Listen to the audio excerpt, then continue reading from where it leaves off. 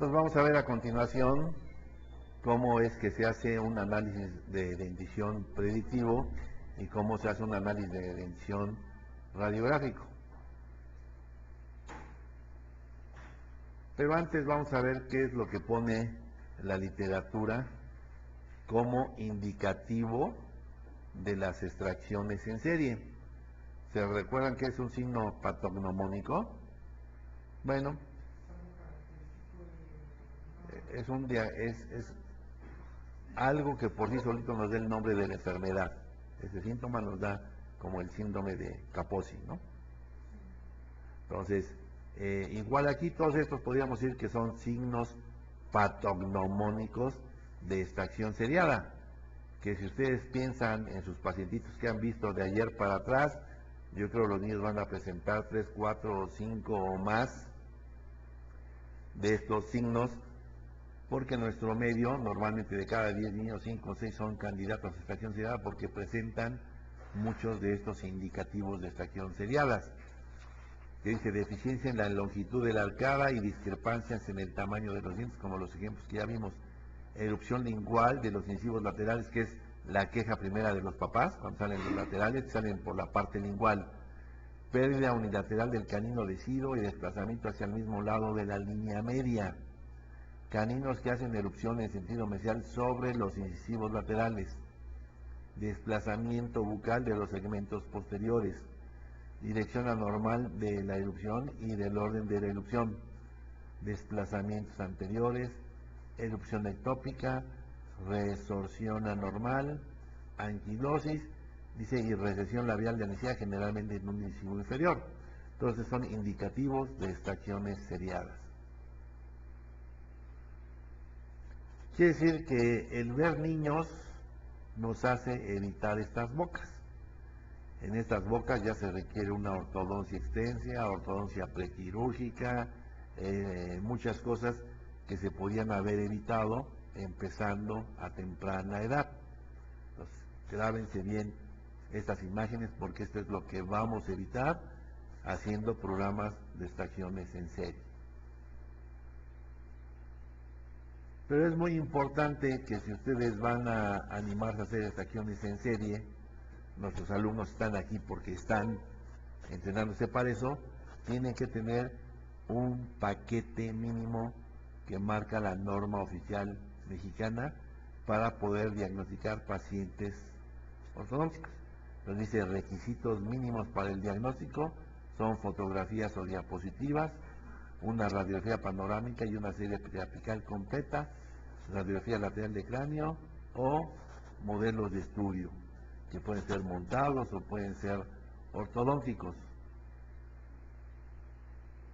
Y que entonces, de acuerdo a qué tan bien entrenados estamos, ese es el provecho que le van a sacar a una radiografía lateral de cráneo, que decíamos que nos va a dar los problemas esqueletales en dos planos, que es el antero-posterior y el de altura, y nos va a servir para saber qué niños requieren ortopedia y dar las herramientas ortopédicas para modificar los huesos. Las radiografías panorámicas decíamos que es para saber si la oclusión está completa, decimos el viejo truco de contar dientes, que todos los órganos dentarios estén presentes. En algunos otros tipos de radiografía panorámica alcanzamos a ver los cóndilos, el tabique, el septum y todos sus alrededores.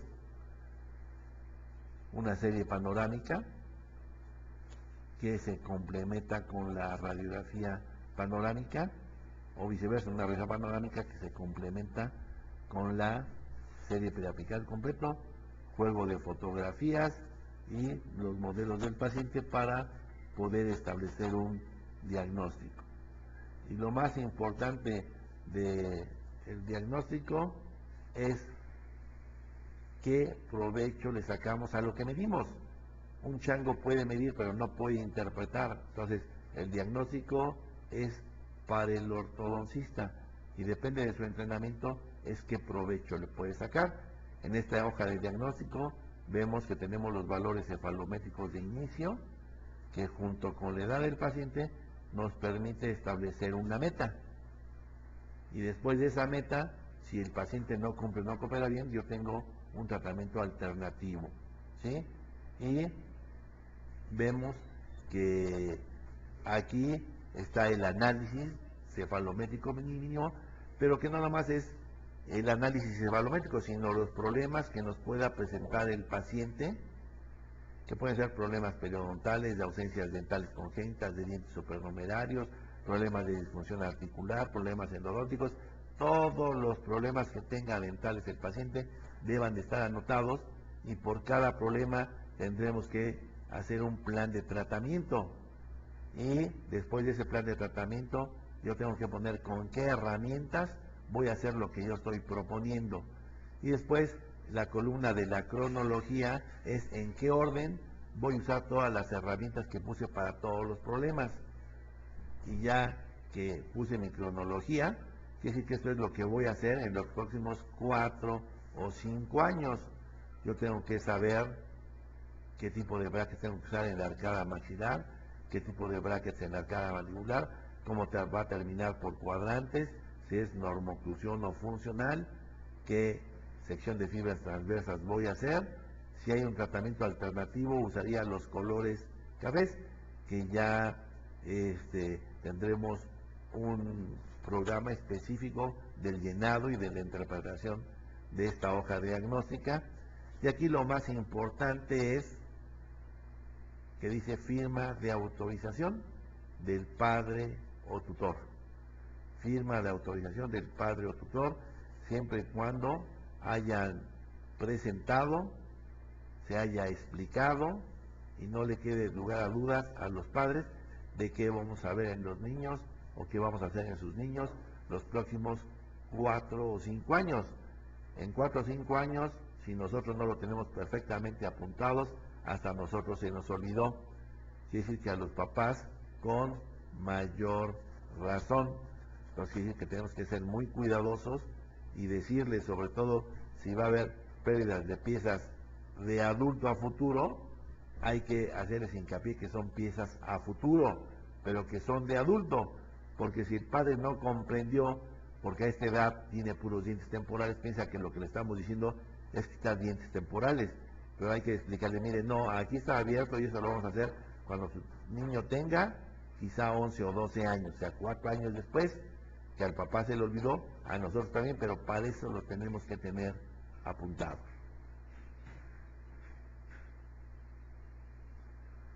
Entonces vamos a ver aquí el caso de un paciente a la edad que nos llega y observamos las características faciales de ojeras, resequedad de fosas nasales, agrietamiento de los labios, un perfil protrusivo, una sonrisa de una maloclusión.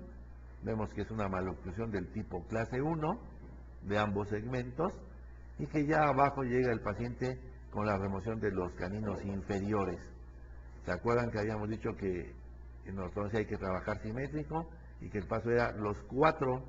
Bueno, aquí nomás hicieron 2, quizá porque cuando hicieron los de los caninos inferiores todavía no se visualizaba que iba a haber problemas en los dientes de arriba, pero por eso les recordamos que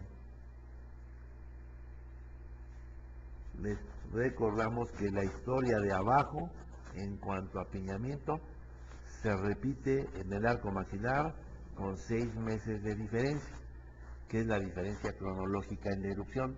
Si no cupieron los laterales inferiores, cuanto menos los de arriba. Aquí los padres lo comprendieron porque vieron este diente detrás del canino y lo aceptaron, y en ese entonces pues no aparecen todavía los laterales, pero basta con que se observe la radiografía para que se les puedan explicar a los padres que la parte de abajo se está repitiendo en el arco de arriba, que si quitaron abajo tienen que quitar arriba.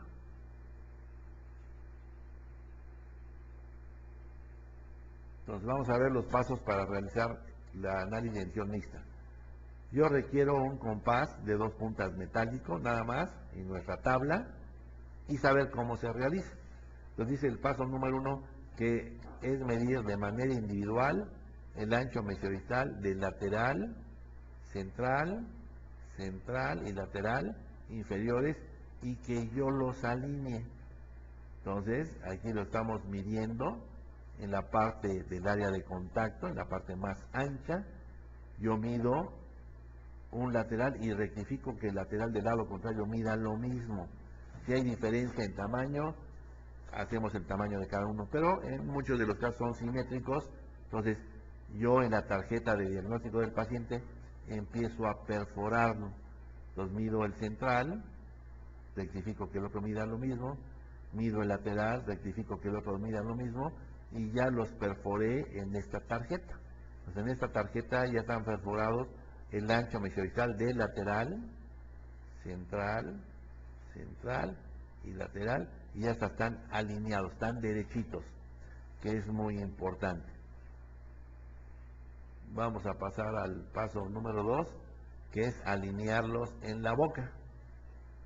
¿Cómo los alineo en la boca? Si yo ya los tenía alineado en la tarjeta diagnóstica del paciente, y yo sé que de los 4 dientes esta es la línea media, este es lo que me diría el central y este el lateral, yo ya tengo alineados del central al lateral. Y ahora con esta medida me voy con mi compás al modelo del paciente. Una punta del compás está en la línea media dental y el otro lo ponemos sobre el reborde alveolar, y aquí hago una muesca con lápiz o con una pluma de que cuando se enderece este lateral me va a consumir todo este espacio. Entonces hago lo mismo en un cuadrante, en el cuadrante contrario, quiere decir que cuando este diente se enderece va a llegar hasta donde está esta punta del compás.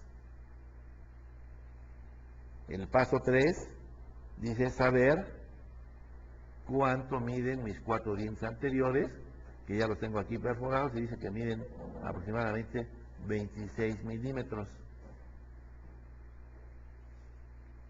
El paso 4 dice consultar la tabla de predicción, como la recomienda el doctor Moyes, al 75%, para poder saber el tamaño de mis dientes futuros, que no están en boca, que es el canino, primero y segundo premolares.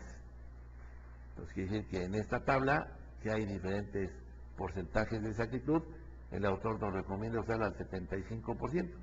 Entonces yo aquí veo lo que midieron mis dientes, y lo que midieron, ahí me bajo y lo bisecto al 75%, y ya sé que va a ser el tamaño de mis dientes futuros.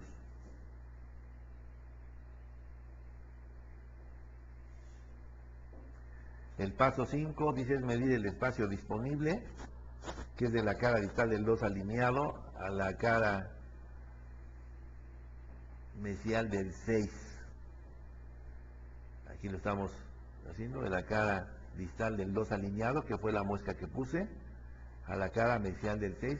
Lo hago en los 2 cuadrantes, y veo que en los 2 cuadrantes es un caso simétrico. Yo dispongo de 20 milímetros para mis dientes futuros.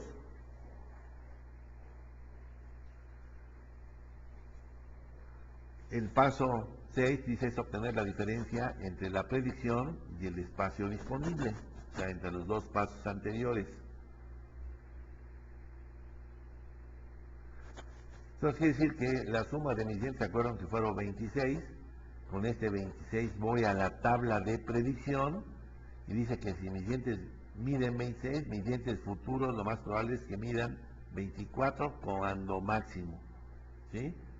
Y que este espacio de los dientes que tengo, que nosotros le llamamos niños, va a ser al espacio disponible. Al espacio disponible, acuérdense que es de la cara mesial del 2 alineado a la cara mesial del 6. Y entonces a este espacio disponible le ponemos manzanas, para que se nos facilite la manera de decir que si tengo 24 niños y 20 manzanas, sepa que el resultado es negativo. Me van a faltar 4 manzanas de cada lado. O sea, tengo 8 milímetros de apiñamiento hasta este paso. Y el paso 7 es sumarle el ajuste mesial de molares, que es de menos 1.7. Y vamos a recordarles que este menos 1.7 sale del ajuste mesial de molares. Cuando se quedan estos molares, los premolares son más angostos. Entonces, el paso número 7, agregarle a nuestro primer resultado, agregarle una cantidad negativa. Si yo ya tenía una cantidad negativa, me la va a hacer más grande, ¿sí? Vean lo que me va a faltar, 5.7 milímetros por cada cuadrante.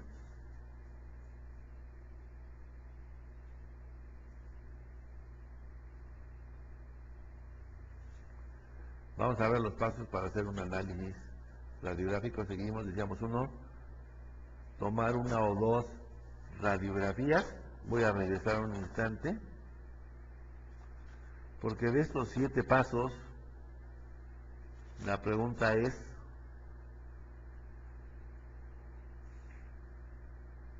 que ¿cuántos dientes se requieren para hacer un análisis de la dentición mixta?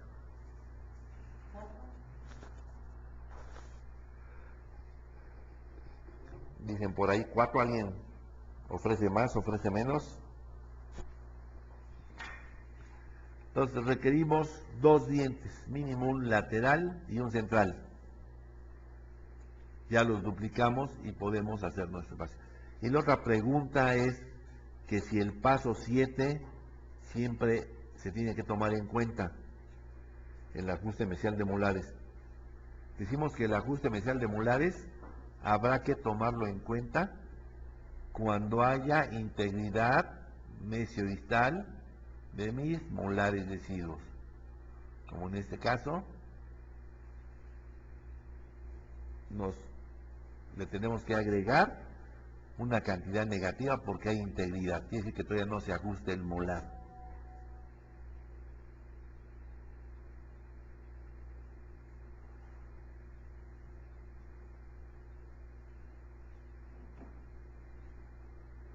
Entonces igual conocemos la suma, la predicción de los niños, el espacio disponible.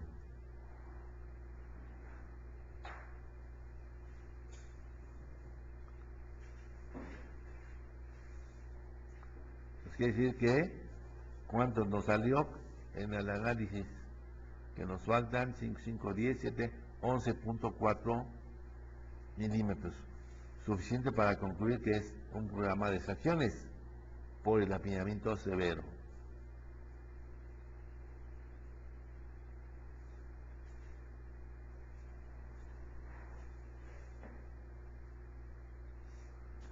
Tenemos que tomar 1 o 2 radiografías periapicales de niño, pequeñitas que salen, se pegan muy bien al costado y la imagen es clara. Una donde podamos ver y despejar el 5, una el 4 o una el 3. Si yo tuviese esta, aquí en esta misma podría usar para despejar 5 y 4.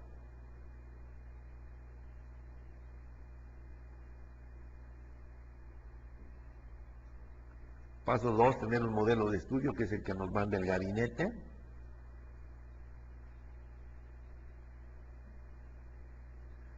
Y el paso 3 es saber hacer una regla de 3 para quitar la distorsión radiográfica.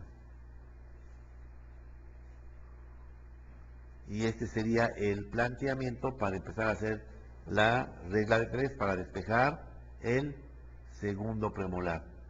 Lo haríamos de la siguiente forma, decimos que si el E en la radiografía es al E en el modelo, el 5 en radiografía, si el E en la radiografía es al E en el modelo, 5 en la radiografía es AX en boca decimos que vamos a despejar el segundo premolar. Vamos a sustituir la fórmula por la medición real de los dientes. Aquí vemos lo que decía la fórmula. Aquí se alcanza a ver la punta del compás, lo estamos midiendo con este compás, que si el E en el modelo que mide 10 es al mismo diente, pero en el modelo de yeso que mide 10,5, el 5 radiográfico va a ser AX en boca. El 5 radiográfico mide 9, ya tengo 3 valores conocidos, ya puedo despejar.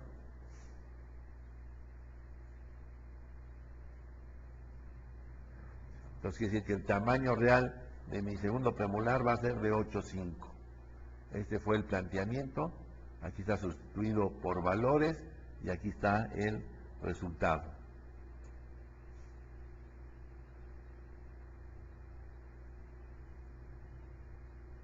Se está despejando el 4 de la misma manera que el 3. Estamos diciendo ahora que si el D radiográfico es a 8 en la radiografía, como ese D en el modelo que es 8, va a ser a lo que mide nuestro cuarto radiográfico, que mide 9. Entonces ya con 3 valores conocidos podemos